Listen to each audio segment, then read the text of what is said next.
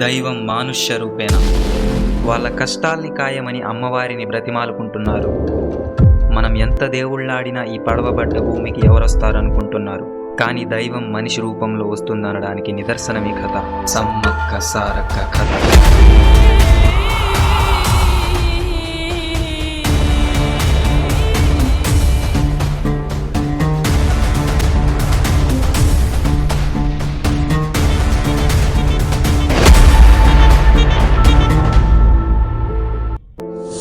దేశంలోని అతిపెద్ద గిరిజన పండుగ అయినటువంటి మేడారం సమ్మక్క సారక్క జాతర ఎంతో విశిష్టం.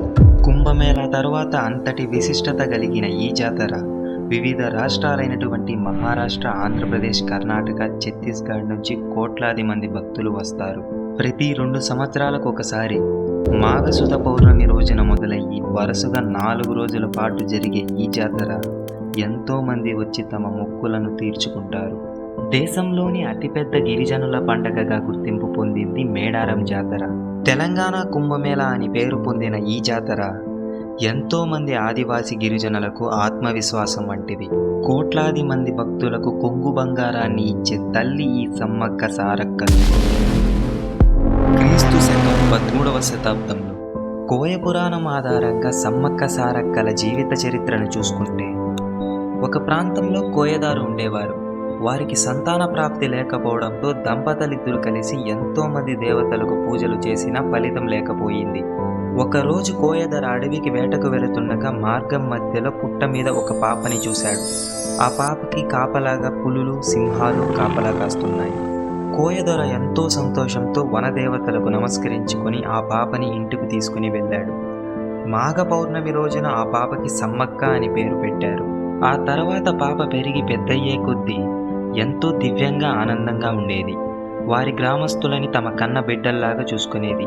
ఎలాంటి రోగం వచ్చినా సమ్మక్క చేతితో మందు ఇస్తే తగ్గిపోయేది. ఎంతటి బాధలో అయినా ఆమె ముఖంలోని చిరునవ్వును చూస్తే మనసు కుదుటపడేది. కొద్ది కాలం తర్వాత సమ్మక్క, నేను ఇక్కడ ఇంట్లో ఉండను, దూరంగా ఉన్న కొండ అయినటువంటి దేవరగుట్ట పైన ఉంటానని చెప్పింది. వారి కుటుంబ సభ్యులు, అక్కడ ఎలా ఉంటావు ఎవరు లేకుండా అని అంటే, నాకు అక్కడ ప్రకృతి ఉంది, ఎన్నో జీవరాశులు ఉన్నాయి, నన్ను ఎవరు ఏమీ చేయలేరు అని చెప్పింది. సరే అని చెప్పి ఆ కొండపైకి తీసుకుని వెళ్ళి సమ్మక్కను అక్కడే వదిలారు. ఆమె అవసరాల కోసం జలకం బావి అనే ఒక బావిని తవ్వారు. ఆ తర్వాత కొంతకాలానికి పగిడిదరాజు అనే ఒక రాజు ఆ ప్రాంతంలో ఉండేవాడు. ఆయనకు ఇచ్చి సమ్మక్కను వివాహం చేశారు. కొంతకాలానికి వారికి 2 సంతానం కలిగారు. వారిలో ఒకరి పేరు సారలమ్మ. ఆమెనే సారక్క అని పిలిచేవారు. మనకు తెలియంది ఏంటంటే, అందరూ సమ్మక్క సారక్క అంటే అక్క చెల్లెళ్ళు అనుకుంటారు. కాదు, వారు తల్లి కూతుర్లు. అలాగే ఒక కొడుకు కూడా జన్మించారు. అతని పేరు జంపన్న. అతను కూడా ఎంతో పరాక్రమవంతుడు. కొంతకాలం తర్వాత సారక్కకు గోవిందరాజు అనే ఆయనను ఇచ్చి వివాహం చేశారు. వీటికి సంబంధించిన ఆధారాలన్నీ బయక్కపేటలో ఇంకా ఉన్నాయి. సమ్మక్క సారక్కలు ఉండే ప్రాంతాన్ని కాకతీయ ప్రతాపరుద్రుడు పరిపాలించేవాడు. ఆయన కింద పగిడిదరాజు పనిచేసేవారు. కొంతకాలం అక్కడ ఎంతో కరువు ఏర్పడడంతో ఆదివాసులు ప్రతాపరుద్రుడికి పన్ను కట్టలేకపోయారు. ఎందుకు కట్టలేదని కూడా అడగకుండా అక్కడ గిరిజనులపై ఎంతో అహంకారంతో దండయాత్రకి వచ్చాడు. సమ్మక్క సారక్కల కుటుంబం ఆ పోరాటంలో ముందుండి ఆదివాసులను అందరినీ కలుపుకొని యుద్ధం చేశారు. మొదట కన్నెపల్లె నుండి లోపలికొస్తారని తెలిసి అక్కడ సారాలక్క, గోవిందరాజు అక్కడే ఉండి వారితో యుద్ధం చేసి ఆ యుద్ధంలో 2 ప్రాణాలను కోల్పోయారు. ఆ తర్వాత కాకతీయులు అక్కడ సంపెంగ వాగును దాటుతుంటే ఆ వాగును దాటకుండా జంపన్న అక్కడే ఉండి, చిన్నవాడైన వీరుడి లక్షణాలు కలిగిన జంపన్న యుద్ధం చేసి ఎంతో మందిని హతమార్చాడు. కానీ అతనిని కూడా పొడిచి చంపేయడంతో అక్కడే ఉన్న సంపెంగ వాగిలో పడి చనిపోయాడు. అతని రక్తం వలన ఆ వాగులోని నీరు మొత్తం ఎర్రగా మారిపోయాయి. అందుకే ఇప్పటికి కూడా అక్కడి నీరు ఎర్రగా ప్రవహిస్తుందని గిరిజనులు నమ్ముతారు. అలా వాగు దాటి వస్తుండగా పడిగిదరాజు వెళ్ళి వాళ్లతో యుద్ధం చేసి ఎంతో మందిని హతమార్చాడు. కానీ ఆయనను కూడా పొడిచి చంపేశారు కాకతీయులు. చివరికి సమ్మక్క వచ్చి ఆమె అమ్మవారి స్వరూపం కాబట్టి అక్కడ ఉన్న అందరినీ చీల్చి చెండాడింది. కాకతీయులందరూ వెనుతిరగడంతో ఇలా అయితే కుదరదని వెనక నుండి వచ్చి సమ్మక్కను పొడిచారు. సమ్మక్కని పొడవడంతో ఒళ్ళంతా రక్తంతో అక్కడే ఉన్న చిలకల గుట్టపైకి యుద్ధం నుండి వెళ్ళిపోయింది. సమ్మక్క కనబడడం లేదు అని గిరిజనులు వెతుకుతూ చిలకల గుట్టుపైకి వెళ్ళారు. కొంత దూరం వెళ్ళాక అక్కడ నెమలినారు చెట్టు కింద పెద్ద కుంకుమ భరణి కనిపించింది. అప్పుడు అందరూ మన ప్రాణాలను కాపాడేందుకు అమ్మ దేహశుద్ధి చేసుకుందని నమ్మి వనదేవతలకు నమస్కరించుకొని ఎంతో బాధపడ్డారు అక్కడ గిరిజనులు.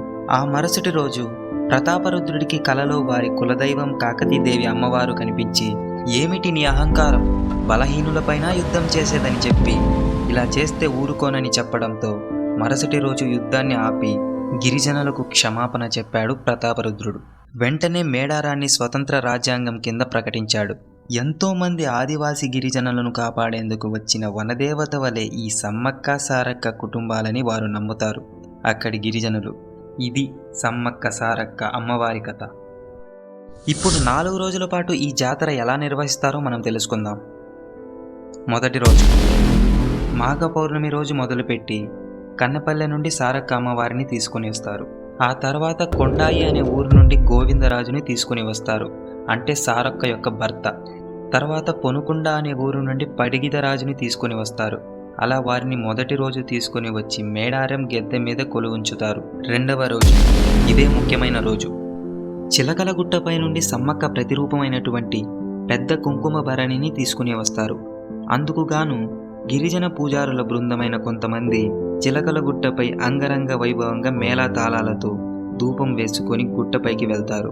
అలా వెళ్ళిన తర్వాత ఒక దగ్గర అందరూ ఆగిపోయి ప్రధాన పూజారి అక్కడి నుండి ఎంతో రహస్యంగా పైకి వెళ్ళి అక్కడ సుమారు 2 గంటల పాటు రహస్య పూజలు చేసి అమ్మవారిని తీసుకుని వస్తారు. గుట్ట దిగిన తర్వాత గాలిలో కాల్పులు జరుపుతారు.